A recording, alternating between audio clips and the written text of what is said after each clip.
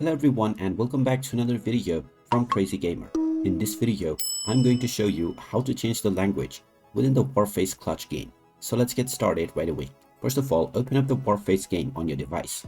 And once the launcher has been opened up, after logging in through your browser or the Epic Games Store or Steam, the game menu will open up.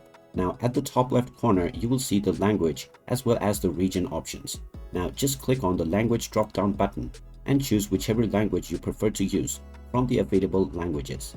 After choosing your preferred language, you can simply click on the play button to start launching the game. Once the game is opened up, you will notice that the language is now displayed in the one that you selected within the launcher screen. You can change this from within the game as well if you wish to change the language mid-game. And from this same page, you can also change the server settings. And there you have it. That is how easy it is to change the language within your Warface game. If you find this video helpful, make sure you hit that like button and subscribe to our channel if you haven't done so already. Also ring that notification bell to never miss another update from us. Thank you for watching and I will see you again in the next video.